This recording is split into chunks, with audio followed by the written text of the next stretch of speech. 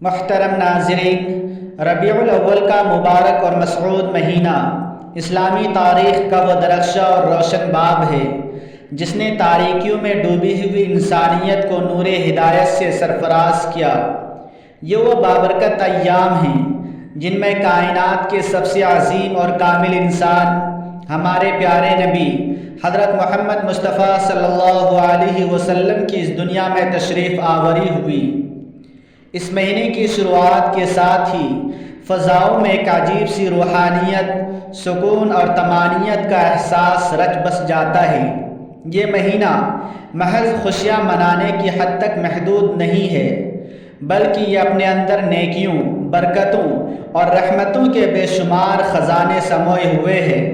یہ انسان کو موقع فراہم کرتا ہے کہ وہ اپنی زندگی کا محاسبہ کرے، اپنی خامیوں پر غور کرے اور اپنے رب کی رضا کے حصول کے لیے نئے سرے سے کوششوں کا آغاز کرے۔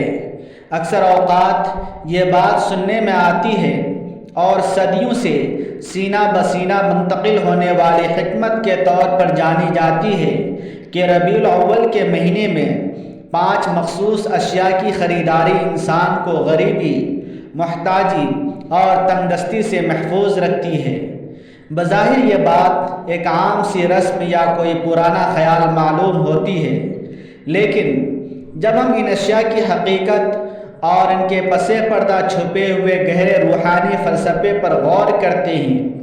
تو عقل دنگ رہ جاتی ہے اور دل اس حقیقت کو تسلیم کرنے پر مجبور ہو جاتا ہے کہ ہم نے اپنی نادانی میں کتنی بڑی حکمتوں کو نظر انداز کر رکھا تھا۔ یہ اشیاء محض بازار سے خریدا گیا سامان نہیں ہے، بلکہ یہ انسان کی تقدیر سنوارنے، اس کے رویوں میں تبدیلی لانے اور اس کے گھر میں رب کی رحمتوں کو دعوت دینے کا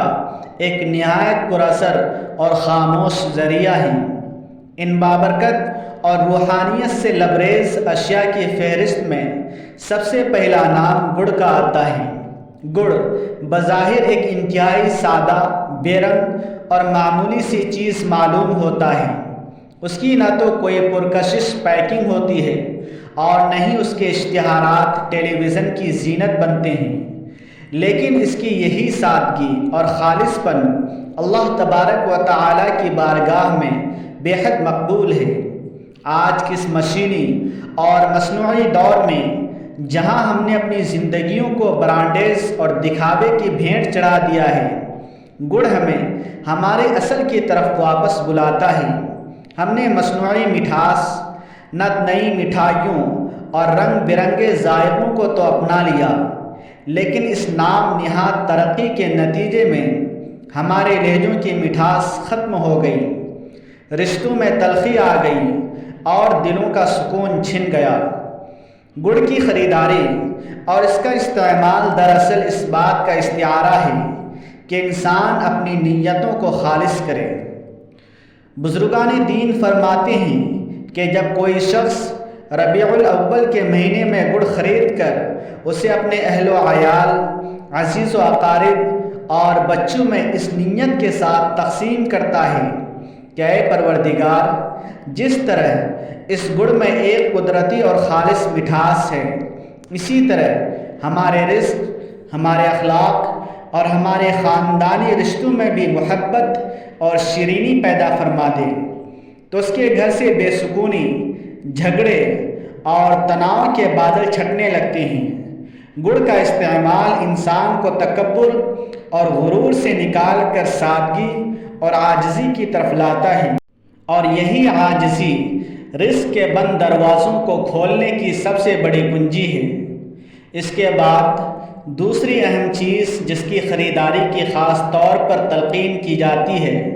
وہ سرسوں کا تیل ہے۔ سرسوں کا تیل محض ایک عام مائع نہیں، بلکہ یہ گھروں میں گرم جوشی، اپنائیت، برکت اور روحانی سکون کی ایک زندہ علامت ہے۔ آج کے دور میں ہم نے مہنگے ترین شیمپو، لوشن اور غیر ملکی تیل تو خرید لیے ہیں، لیکن وہ برکت اور وہ خلوص ہمارے گھروں سے رخصت ہو گیا ہے جو کبھی ماؤں کے ہاتھوں میں ہوا کرتا تھا۔ جب ایک ماں سرسوں کا تیل لے کر بسم اللہ پڑھتے ہوئے اپنے بچے کے سر پر مالش کرتی ہے تو وہ محض تیل نہیں لگا رہی ہوتی ہے، بلکہ وہ اپنے لمس کے ذریعے بچے کے روشن مستقبل، اس کی صحت اور اس کی کامیابی کی خاموش دعائیں مانگ رہی ہوتی ہیں۔ سرسوں کا تیل اپنی فطرت میں تیز ضرور ہے، لیکن اس کے اثرات نہایت نرم اور دیرپا ہوتے ہیں۔ بالکل اسی طرح جیسے ربیع الاول کا مہینہ بظاہر خاموش ہے، مگر اس کی برکتیں انسان کی پوری زندگی کا نقشہ بدلنے کی طاقت رکھتی ہیں۔ بزرگوں کے تجربات اور واقعات بتاتے ہیں کہ جو شخص اس مبارک مہینے میں صدقے دل سے سرسوں کا تیل گھر میں لاتا ہے، اسے کھانوں میں استعمال کرتا ہے یا چراغوں میں جلاتا ہے، تو اس کے گھر کا ماحول تبدیل ہونا شروع ہو جاتا ہے۔ سرد مہری، بے حسی اور خود غرضی کا خاتمہ ہوتا ہے، اور اس کی جگہ باہمی محبت، نرمی اور برداشت لے لیتی ہے۔ سرسوں کا تیل انسان کو اس کی مٹی اور اس کی جڑوں سے جوڑتا ہے، اور جو شخص اپنی جڑوں سے جڑا رہے اسے زمانے کی کوئی آندھی، محتاجی اور غربت کے اندھیروں میں نہیں دھکیل سکتی۔ تیسری چیز جو اس مبارک مہینے کی حکمتوں کا ایک انمول حصہ ہے، وہ مٹی کا دیا ہے۔ مٹی کا دیا بظاہر حقیر اور نہایت سستا معلوم ہوتا ہے، لیکن حقیقت میں یہ بندگی، عاجزی اور اللہ کے حضور اپنی کمزوری کا اعتراف کا سب سے بڑا مظہر ہے۔ انسان بذات خود مٹی سے تخلیق کیا گیا ہے، اور جب وہ مٹی کے دیے کو اپنے گھر میں روشن کرتا ہے تو وہ لاشعوری طور پر اپنی اصل، اپنی اوقات اور اپنی حقیقت کو تسلیم کر رہا ہوتا ہے۔ آج کے اس جدید دور میں ہم نے اپنے گھروں کو مہنگے فانوسوں، قمقموں اور تیز برقی روشنیوں سے تو جگمگا لیا ہے، لیکن ہمارے باطن اور ہمارے دل تاریکیوں کی عمیق گڑھوں میں ڈوبے ہوئے ہیں۔ مٹی کا دیا ہمیں یہ سکھاتا ہے کہ اصل روشنی وہ نہیں جو دیواروں کو چمکائے، بلکہ اصل روشنی وہ ہے جو دل کے اندھیروں کو دور کرے۔ جب انسان ربیع الاول کی مبارک راتوں میں مٹی کا دیا جلاتا ہے تو وہ دراصل اپنے رب کے سامنے ایک خاموش التجا کرتا ہے کہ اے اللہ، جس طرح یہ حقیر سا دیا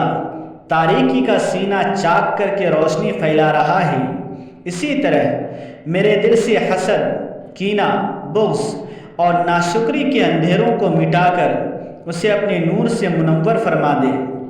تاریخ کے اوراق میں ایسے کئی واقعات درج ہیں جہاں قحط، افلاس اور بیماریوں میں مبتلا بستیوں کے لوگوں نے جب سادگی اور عاجزی کو اپنایا، مٹی کے دیے جلائے اور گڑ گڑا کر اپنے رب سے مانگا، تو ان پر آسمان سے رزق اور برکتوں کے ایسے دروازے کھلے کہ ان کی تمام محتاجیاں ختم ہو گئیں۔ مٹی کا دیا تکبر کو توڑتا ہے اور توکل کو مضبوط کرتا ہے، اور جہاں توکل ہو وہاں غریبی کا گزر ممکن نہیں۔ چوتھی چیز جس کا ربیع الاول کے حوالے سے خاص تذکرہ کیا جاتا ہے وہ سفید کپڑا ہے۔ سفید لباس ہمارے پیارے نبی حضرت محمد مصطفیٰ صلی اللہ علیہ وآلہ وسلم کا پسندیدہ ترین لباس تھا۔ یہ رنگ محض ایک پہناوا نہیں، بلکہ انسان کی باطنی طہارت، پاکیزگی اور گناہوں سے دوری کی ایک واضح علامت ہے۔ سفید کپڑے پر ذرا سا بھی داغ لگ جائے تو وہ نمایاں ہو جاتا ہے۔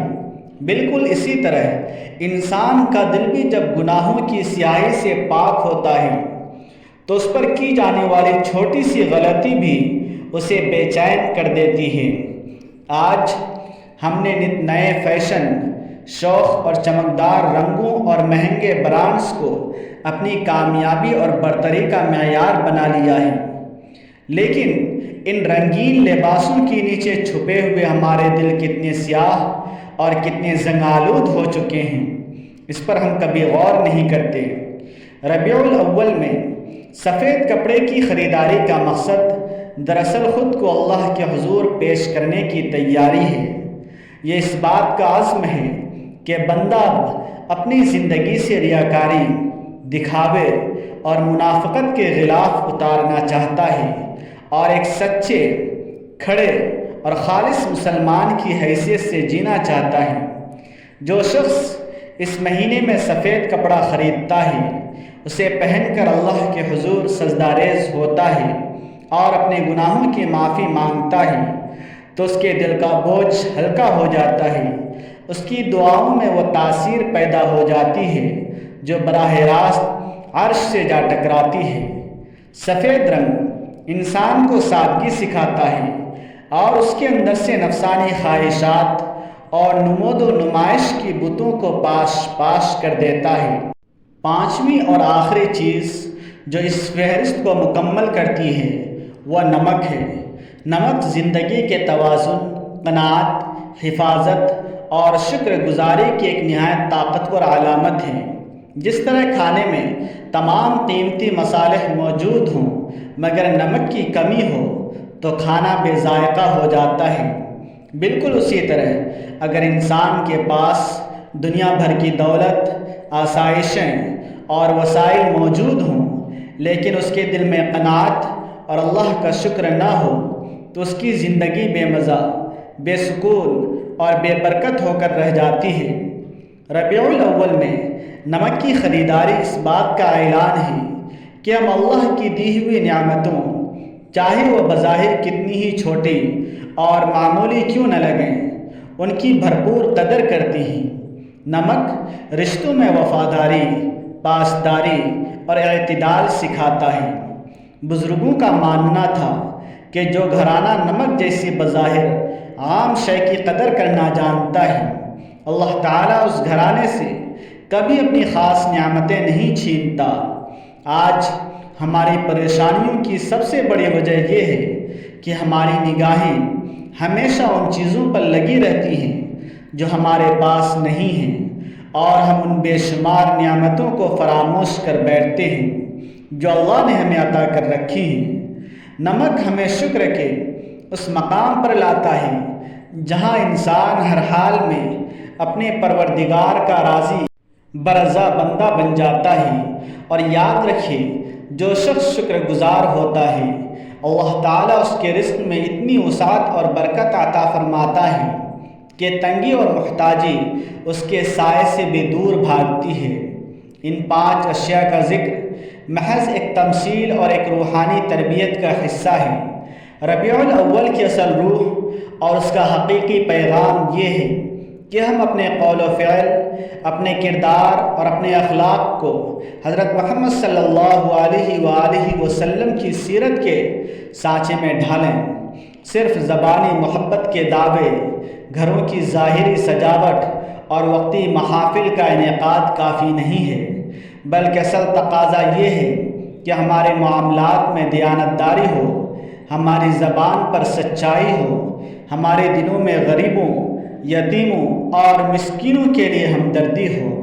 اور ہم ایک دوسرے کا حقوق کا مکمل خیال رکھیں۔ اس مبارک مہینے میں ہمیں چاہیے کہ ہم کثرت سے